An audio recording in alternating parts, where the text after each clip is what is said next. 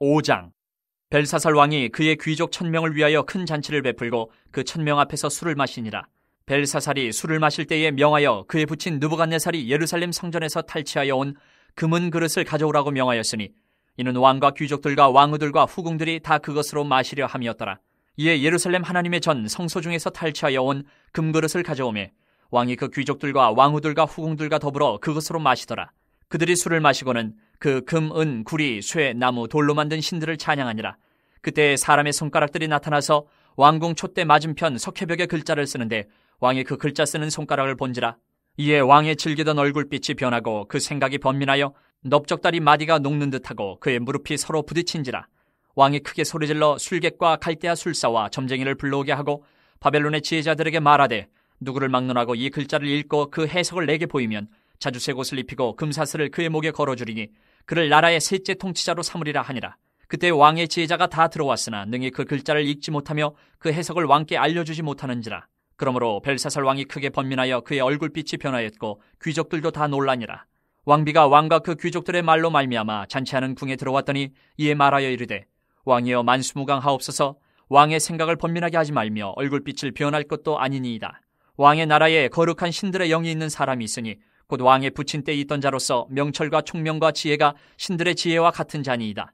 왕의 부친 느부갓네살 왕이 그를 세워 박수와 술객과 갈대아 술사와 점쟁이의 어른을 삼으셨으니 왕이 벨드사살이라 이름하는 이 다니엘은 마음이 민첩하고 지식과 총명이 있어 능히 꿈을 해석하며 은밀한 말을 밝히며 의문을 풀 수 있었나이다.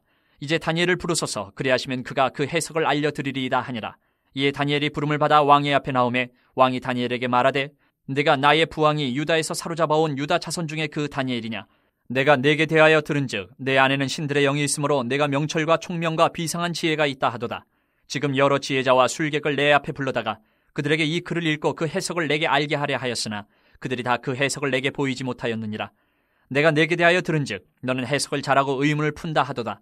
그런즉 이제 내가 이 글을 읽고 그 해석을 내게 알려주면 내게 자주색 옷을 입히고 금사슬을 내 목에 걸어주어 너를 나라의 셋째 통치자로 삼으리라 하니 다니엘이 왕에게 대답하여 이르되 왕의 예물은 왕이 친히 가지시며 왕의 상급은 다른 사람에게 주옵소서. 그럴지라도 내가 왕을 위하여 이 글을 읽으며 그 해석을 아뢰리이다. 왕이여 지극히 높으신 하나님이 왕의 부친 느부갓네살에게 나라와 큰 권세와 영광과 위엄을 주셨고 그에게 큰 권세를 주셨으므로 백성들과 나라들과 언어가 다른 모든 사람들이 그의 앞에서 떨며 두려워하였으며 그는 임의로 죽이며 임의로 살리며 임의로 높이며 임의로 낮추었더니 그가 마음이 높아지며 뜻이 완악하여 교만을 행함으로 그의 왕위가 폐함받으며 그의 영광을 빼앗기고 사람 중에서 쫓겨나서 그의 마음이 들짐승의 마음과 같았고 또 들나귀와 함께 살며 또 소처럼 풀을 먹으며 그의 몸이 하늘 이슬에 젖었으며 지극히 높으신 하나님의 사람 나라를 다스리시며 자기의 뜻대로 누구든지 그 자리에 세우시는 줄을 알기에 이르렀나이다. 벨사살이여 왕은 그의 아들이 되어서 이것을 다 알고도 아직도 마음을 낮추지 아니하고 도리어 자신을 하늘의 주제보다 높이며 그의 성전 그릇을 왕 앞으로 가져다가 왕과 귀족들과 왕후들과 후궁들이 다 그것으로 술을 마시고 왕이 또 보지도 듣지도 알지도 못하는 금, 은, 구리, 쇠와 나무, 돌로 만든 신상들을 찬양하고 도리어 왕의 호흡을 주장하시고 왕의 모든 길을 작정하시는 하나님께는 영광을 돌리지 아니한지라. 이러므로 그의 앞에서 이 손가락이 나와서 이 글을 기록하였나이다. 기록된 글자는 이것이니 곧 메네메네 데겔 우바르시니라. 그 글을 해석하건대 메네는 하나님이 이미 왕의 나라의 시대를 세워서 그것을 끝나게 하셨다 하며 데겔은 왕을 저울에 달아보니 부족함이 보였다 하며 베레스는 왕의 나라가 나뉘어서 메대와 바사 사람에게 준바되었다 함이니이다 하니 이에 벨사살에 명하여 그들이 다니엘에게 자주색 옷을 입히게 하며 금사슬을 그의 목에 걸어주고 그를 위하여 조서를 내려 나라의 셋째 통치자로 삼으니라. 그날 밤에 갈대 왕 벨사살이 죽임을 당하였고 메대 사람 다리오가 나라를 얻었는데 그때 다리오는 62세였더라. 6장. 다리오가 자기의 뜻대로 고관 120명을 세워 전국을 통치하게 하고 또 그들 위에 총리 셋을 두었으니 다니엘이 그 중에 하나이라. 이는 고관들로 총리에게 자기의 직무를 보고하게 하여 왕에게 손해가 없게 하려 함이었더라. 다니엘은 마음이 민첩하여 총리들과 고관들 위에 뛰어나므로 왕이 그를 세워 전국을 다스리게 하고자 한지라. 이에 총리들과 고관들이 국사에 대하여 다니엘을 고발할 근거를 찾고자 하였으나 아무 근거 아무 허물도 찾지 못하였으니 이는 그가 충성되어 아무 그릇됨도 없고 아무 허물도 없음이었더라. 그들이 이르되 이 다니엘은 그 하나님의 율법에서 근거를 찾지 못하면 그를 고발할 수 없으리라 하고 이에 총리들과 고관들이 모여 왕에게 나아가서 그에게 말하되 다리오 왕이여 만수무강하옵소서. 나라의 모든 총리와 지사와 총독과 법관과 관원이 의논하고 왕에게 한 법률을 세우며 한 금령을 정하실 것을 구하나이다. 왕이여, 그것은 곧 이제부터 30일 동안에 누구든지 왕 외에 어떤 신에게나 사람에게 무엇을 구하면 사자굴에 던져넣기로 한 것이니이다. 그런즉 왕이여, 원하건대 금령을 세우시고 그 조서에 왕의 도장을 찍어 메대와 바사에 고치지 아니하는 규례를 따라 그것을 다시 고치지 못하게 하옵소서 하며, 이에 다리오 왕이 조서에 왕의 도장을 찍어 금령을 내니라. 다니엘이 이 조서에 왕의 도장이 찍힌 것을 알고도 자기 집에 돌아가서는 윗방에 올라가 예루살렘으로 향한 창문을 열고 전에 하던 대로 하루 3번씩 무릎을 꿇고 기도하며 그의 하나님께 감사하였더라. 그 무리들이 모여서 다니엘이 자기 하나님 앞에 기도하며 간구하는 것을 발견하고, 이에 그들이 나가서 왕의 금령에 관하여 왕께 아뢰되, 왕이여, 왕이 이미 금령에 왕의 도장을 찍어서 이제부터 30일 동안에는 누구든지 왕의 어떤 신에게나 사람에게 구하면 사자굴에 던져넣기로 하지 아니하였나이까 하니, 왕이 대답하여 이르되, 이 일이 확실하니 메대와 바사에 고치지 못하는 규례니라 하는지라. 그들이 왕 앞에서 말하여 이르되, 왕이여, 사로잡혀온 유다 자손 중에 다니엘이 왕과 왕의 도장이 찍힌 금령을 존중하지 아니하고 하루 3번씩 기도하나이다 하니, 왕이 이 말을 듣고 그로 말미암아 심히 근심하여 다니엘을 구원하려고 마음을 쓰며 그를 건져내려고 힘을 다하다가 해가 질 때에 이르렀더라.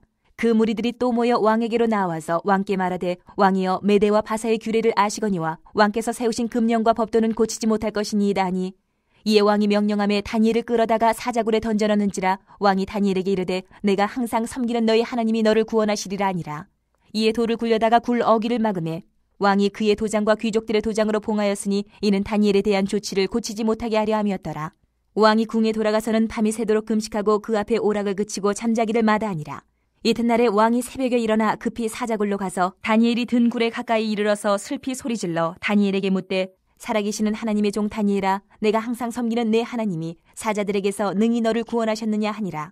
다니엘이 왕에게 아뢰되, 왕이여, 원하건대 왕은 만수무강하옵소서. 나의 하나님이 이미 그의 천사를 보내어 사자들의 입을 봉하셨으므로 사자들이 나를 상해하지 못하였사오니, 이는 나의 무죄함이 그 앞에 명백함이오며, 또 왕이여, 나는 왕에게도 해를 끼치지 아니하였나이다 하니라. 왕이 심히 기뻐서 명하여 다니엘을 굴에서 올리라 하며 그들이 다니엘을 굴에서 올린즉 그의 몸이 조금도 상하지 아니하였으니 이는 그가 자기의 하나님을 믿음이었더라. 왕이 말하여 다니엘을 참수한 사람들을 끌어오게 하고 그들을 그들의 처자들과 함께 사자굴에 던져넣게 하였더니, 그들이 굴 바닥에 닿기도 전에 사자들이 곧 그들을 움켜서 그 뼈까지도 부서뜨렸더라. 이에 다리오 왕이 온 땅에 있는 모든 백성과 나라들과 언어가 다른 모든 사람들에게 조서를 내려 이르되, 원하건대 너희에게 큰 평강이 있을지어다. 내가 이제 조서를 내리노라.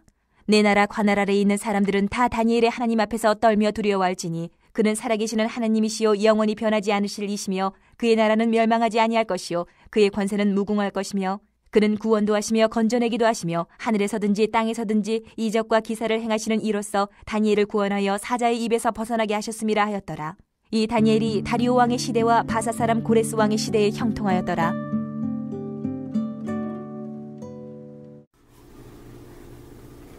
다니엘서 1장부터 6장까지는 다니엘이 이방 왕궁에서 겪은 6가지 일들을 기록하였습니다. 1장에서 4장까지는 느부갓네살 왕 때 있었던 이야기고, 5장과 6장은 벨사살 왕과 다리오 왕 때 있었던 이야기를 다루고 있습니다. 벨사살 왕은 바벨론 제국의 마지막 왕으로서 나보니두스의 아들이자 그의 대리자로 통치하였습니다. 나보니두스가 느부갓네살 왕의 딸과 결혼하여 사위가 되어 벨사살을 낳음으로 벨사살이 실질적인 느부갓네살의 손자가 됩니다. 2절에서 느부갓네살이 부친으로 나와 있지만 부친이라는 말은 반드시 아버지를 뜻하는 말은 아닙니다. 선조라는 의미에 더 가깝습니다. 이 벨사살이 귀족 1000명을 불러 큰 잔치를 베풀었습니다. 왕도 그들 앞에서 술을 마셨는데, 이때 그는 예루살렘 성전에서 탈취한 금, 은, 그릇을 가져와서 술잔으로 사용하였습니다. 그리고는 금, 은, 구리, 새, 나무, 돌로 만든 신들을 찬양하였습니다. 왕과 귀족들, 왕후들과 후궁들의 이런 행동은 많은 사람들 앞에서 하나님을 모독함으로 바벨론 신의 우월성을 자랑하고자 한 행동이었습니다. 성전 기물로 그들이 술을 마시고 우상들을 찬양하자 왕궁 촛대 맞은편 석회로 만든 흰 벽에 사람의 손가락들이 나타나서 글자를 쓰는 것을 봅니다. 촛대 맞은편에 있었다는 것은 벽에 쓰인 글씨를 또렷하게 볼 수 있었다는 것입니다. 이것을 본 벨사살 왕은 놀라서 크게 두려워하였습니다. 그리고는 큰 소리를 지르며 술객과 갈대아 술사와 점쟁이를 불러 이 글자를 읽고 해석을 하면 자주색 옷을 입히고 금사슬을 목에 걸어주고 나라의 셋째 통치자로 삼겠다고 말합니다. 자색 옷은 왕을 나타내는 색으로 아무나 입을 수 없었습니다. 금 목걸이는 높은 지위에 있는 자만이 걸 수 있었고 나라의 세 번째 통치자는 대단히 높은 자리였습니다. 그러나 왕의 지혜자들이 왔지만 그 어느 누구도 그 글자를 읽지 못하였고 해석도 하지 못하였습니다. 그 이유는 하나님의 비밀을 사람은 알 수가 없기 때문입니다. 이에 벨사살 왕은 더욱더 두려움에 빠져 안색이 변하고 함께 있던 귀족들도 놀랍니다. 왕과 귀족들이 외치는 소리에 이 사실을 안 대비는 왕에게 다니엘을 추천하며 그가 해석을 할 수 있을 것이라고 말합니다. 10절에서 그녀는 왕비라고 말하고 있지만 왕비는 왕과 함께 이미 잔치에 참여하고 있었기에 왕의 어머니로 보는 것이 더 타당합니다. 그리고 그녀가 벨사살 왕에게 하는 말을 보면 어머니가 아들에게 하는 말처럼 보입니다. 벨사살 왕은 다니엘을 불러 글을 읽고 해석을 해주면 자주색 옷을 입히고 금사슬을 목에 걸어주며 나라의 셋째 통치자로 삼겠다고 말합니다.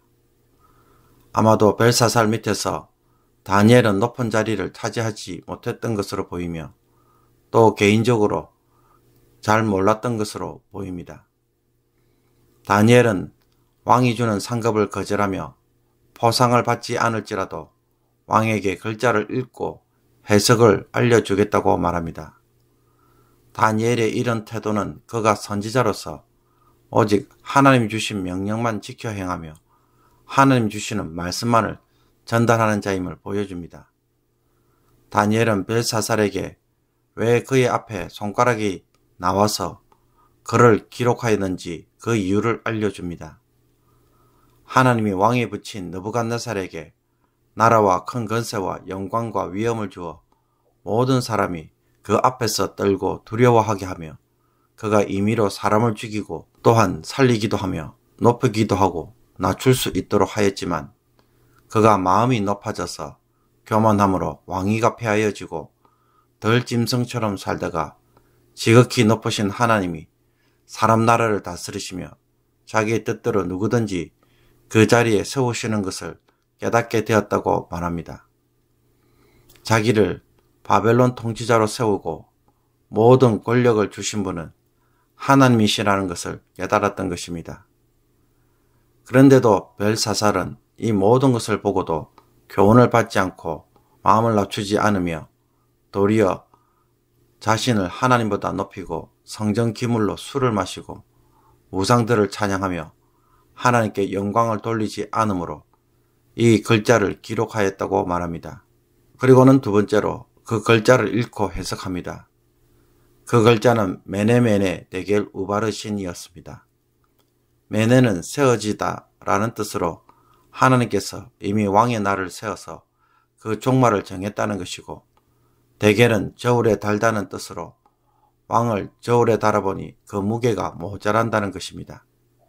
그래서 바르신, 즉 나뉘어지다는 뜻은 왕의 나라가 나뉘어져서 메대와 바사 사람에게 주었다는 뜻임을 알려줍니다.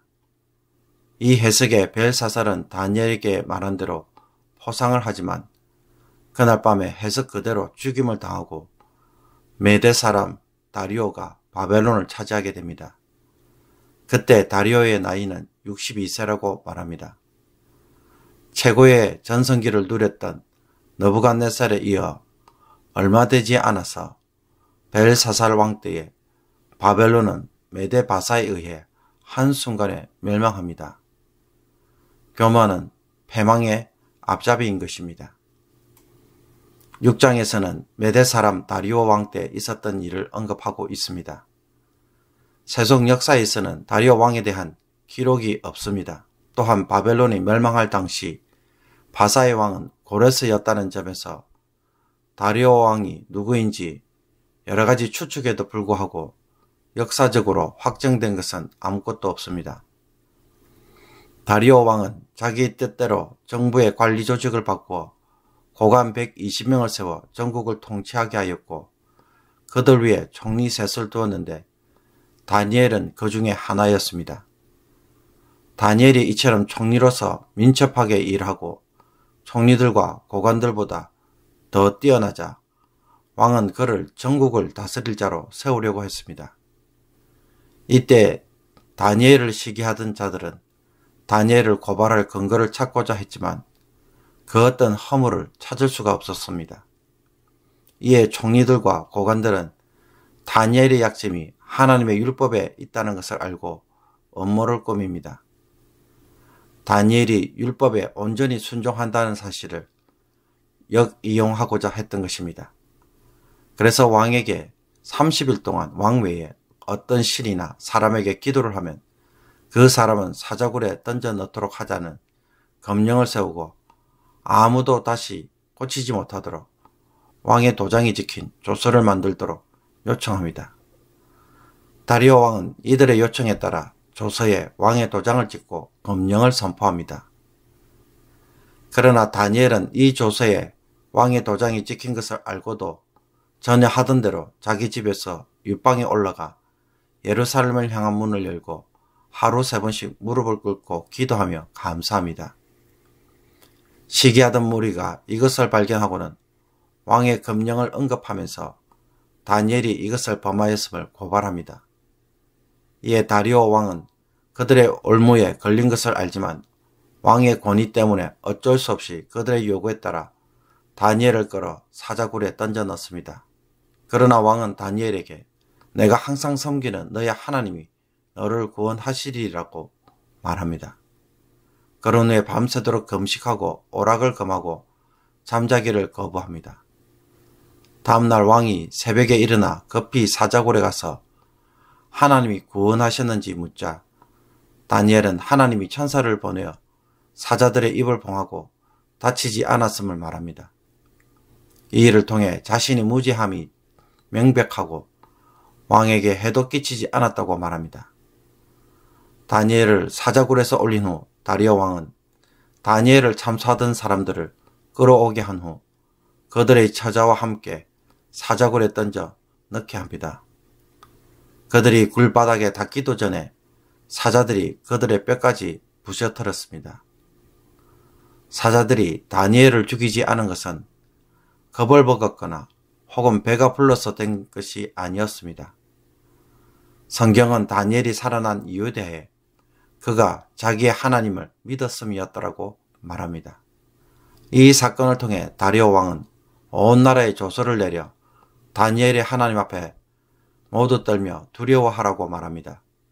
그리고는 하나님은 살아계시는 하나님이시고 영원히 변하지 않으실 이시며 그의 나라는 멸망하지 않고 그의 권세는 무궁하고 구원도 하시며 건져내시기도 하시고 하늘과 땅에서 이적과 기사를 행하시는 이로 찬양합니다. 이것은 하나님의 나라만이 영원한 나라이며 모든 나라가 하나님의 통치하에 있음을 고백하고 있는 것입니다. 이 하나님이 다니엘을 구원하여 사자의 입에서 벗어나게 하셨다고 다리오 왕은 조서를 통해 선포합니다. 마지막으로 다니엘은 다리오 왕 시대와 바사 사람 고레스 왕의 시대에 형통하였다고 말합니다. 오늘의 묵상 본문은 다니엘서 5장 1절에서 12절까지의 말씀입니다. 이솝 우화를 보면 이런 이야기가 나옵니다. 해질 무렵 길을 걸어가던 이리가 자기의 긴 그림자를 보고 탐복합니다. 아니, 내가 이처럼 덩치가 크단 말인가? 그런데도 난 사자를 두려워했다니. 이것 봐, 내 몸의 길이가 3미터도 넘겠어. 그러면서 이리는 내가 왕이 되어야 하겠다. 그래서 내가 모든 동물들을 다스리고 사자도 내 밑으로 오도록 해야겠다고 말하면서 그날부터 어시되며 만나는 동물들에게 횡포를 부렸습니다. 얼마 후 사자를 만난 이리는 거만하게 굴다가 단번에 물려 죽고 말았습니다. 잠언 16장 18절의 말씀처럼 교만은 패망의 선봉이요 거만한 마음은 넘어짐의 앞잡이가 된 것을 분명하게 보여줍니다. 오늘 본문에 등장하는 벨사살 왕도 그러하였습니다.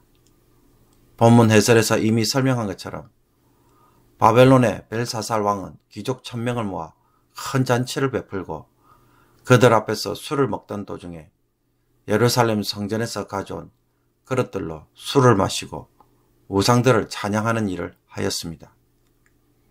보통 왕은 사람들 앞에서 술을 마시지 않는데 벨사살 왕은 그들 앞에서 술을 먹었고 분위기를 주도하였습니다.